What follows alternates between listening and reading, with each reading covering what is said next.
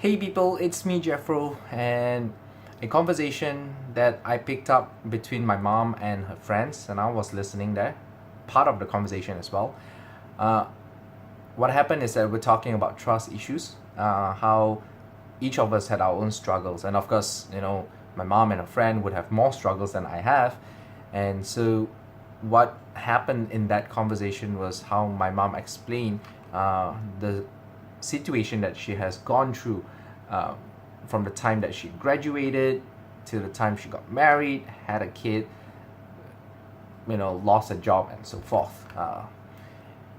It's a huge thing. It's a huge thing, and I'm trying not to get too emotional about it because I know how that feels like. I had a big childhood issue as well, and one of the biggest thing that I had to overcome um, was trust. Right, I had major trust issues because there was no one else that could relate to me or that could understand me at my age. My friends, they had almost perfect backgrounds. I don't know, but I felt that was the case, and I think that's why uh, I couldn't just talk with them on this case. And perhaps they would have perceived me that way because I was always putting a smiley face as I go to school, work, and so forth. Right? Putting it aside, because I had that inferior complex as well, that I wasn't just good enough. I had that trust issue where I don't know whether this person could relate to me or I could actually trust this person enough to tell that person to tell my story as well. So I had family issues, personal finance issues, and stuff like that. As I went through school, I found really good friends, and I confide in them in most of the cases, right? Except for my personal stuff, I rarely share that out. Uh, so what happened is that they always seen me as the jovial kid, and I know some of my good friends back then would only think that I had study issues. Funny saying that. So when I found really good friends, and if there's any issues, I usually go to them, except for family issues, right? If there's any other issues, I would run to them, and there are many circumstances that made me lost trust even more, because by the time that I got really close to someone, and when I really needed that person to assist me, to be there for me, to be my support, that person just disappeared, MIA, for a couple of years. And I was just blown away because you have been confiding in this person, hanging out and stuff, and then the next thing when you want to see this person, there was just a text, I'll be gone, bye. Like, what gives, right? I don't know. Is it me? I had no idea. And then I came across another good buddy of mine, and we were really close after school, and this is probably in the time of university and between university and work, and we were very close. I would think we were better than best friends in most cases. We went shopping together. Yeah, it's a girl. We went shopping together, and we were hanging out in each other's places. We would tell stories about our personal things. I don't recall telling her about my family issues. I should have. I don't know why I didn't. But everything else that we could talk about under the sky, and stuff. And then a couple of years later, fast forward that, where we were working and stuff, we were in our own romantic relationships, separate ones, and we were still sharing our stories. But we communicated less over the years because I would think that we're probably busy and stuff. And then it daunted me that we had so little messages that it's probably just 3 or 4 messages in that year. And one day when I just messaged, happy birthday, how are you? There was no reply. And then I followed up and followed up and followed up, and I called, there was no reply. There were updates on social media.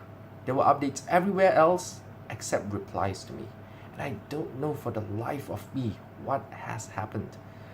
Right? If I did anything wrong, I'm not ashamed to say that I did wrong, but I had no clue what went wrong. Right? So I'm left in the dark, and that has haunted me for so long. Right? And that built up, and I couldn't tell this to anyone.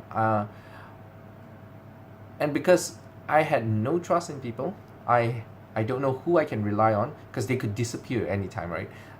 two cases is a lot for me back then. And my mom was having her own set of issues. I didn't want to burden her with that. I also went into depression and anxiety in my own way. I didn't formally report this anywhere else because I know how bad it would reflect in my career. So it's off the books, right? But thing is, with trust, I realized much later on. Oh no, sorry, not much later. I realized along the way, and it became very clear much later on, that you have to give trust first before it is earned. Right? I always thought that you gotta earn people's trust. They gotta give it to me before I give it to them. It works the other way around. I have to give trust to them before they trust me. And that's how it should work. Because you'll never know what's gonna happen until you jump right in, take that leap of faith.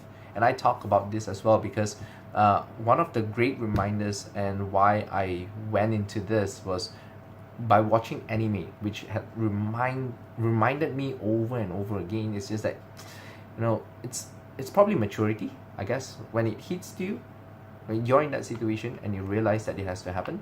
Yeah, that all makes sense, right? So anime taught me about putting trust in people and believing in the good of people and just hoping on that. If it doesn't happen, you know what, move on. If it happens, that's because you trusted in the first place. So I did that, and that really happened in my workplace because originally I was a one-man show and nothing, I could trust no one could do as good as me, right? Because I think I was the best. I mean, I trust myself. I think I was the best. And I wanted everything else to be as best as I could do. So I would micromanage, I would script out everything, and people just need to follow. It ends up, I had the best results because why not, right? The thing is, relationship-wise, it was terrible. I kid you not, it was terrible. Right? People hated it. Imagine yourself, like you come to work, but your boss is telling you to do everything else according to his or her method, and you just gotta press that button. How would you feel? I only knew how that felt much later on because I saw how they reacted, and that reminded me on how I didn't like that treatment. But for some reason, which didn't know back then, I just followed along that path and did the same to others. Sorry guys. So the moment I start trusting people, believing in their strengths, knowing that they can do better, how I know? You gotta just trust. Take that leap of faith. Take that particular risk, because you won't know until you give them that ability to prove otherwise. Give them just go the mile. And it wasn't really nice at first because it's bumpy, right? I know how it is done. They don't know. Obviously, they're gonna make mistakes, and that's normal because that's how I started. But obviously, I got better along the way, and they stumbled, they picked up, they improved, they got better. So a couple of months later, they showed improvement. Results, so better than they started, definitely. But relationship-wise, man, they're much happier. I feel that I was happier working with them as well. I don't know how to explain that, but I think that if I was in their position, and it's because I could contribute and I can learn and I can actually do while learning, sort of growing in the process, I feel that it is an experience that matters to me rather than being controlled, feeling all robotic and stuff. But yeah, so that itself was the first opener, into trusting that that people can do things and I can just pass on responsibility to others, right? That per se has changed my entire relationship with people tremendously over the years, right? Ever since then, I started just letting people do what they can do, and I just focus on my own work, and just let them grow, just let them be, trusting that they will do good. And then that trust was placed back onto me as someone who's taking care of them. They trust that I had their best interests, and I trust that they could deliver. So we're watching each other's back, and I feel that that's the ideal situation in most cases. And for you who work in a team, as in a project team, I think that would be best. So if you've been told that you're micromanaging, just be aware of it, and you might just want to take a step back and reflect on things. If you're on the other side and you feel that you need more trust, voice out. I realized that they didn't tell me, I didn't know.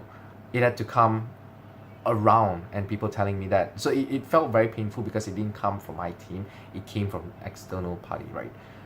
So if you're in a team and someone above you, is doing that, tell that person how you feel, because that ultimately could save your relationship with your supervisors, your superiors, and so forth, right? Trust is something that it's given first before it is earned. That's my message for you, and I really wish that each and every one of you have a super relationship moving forward. That's all from me. I'll see you in the next one.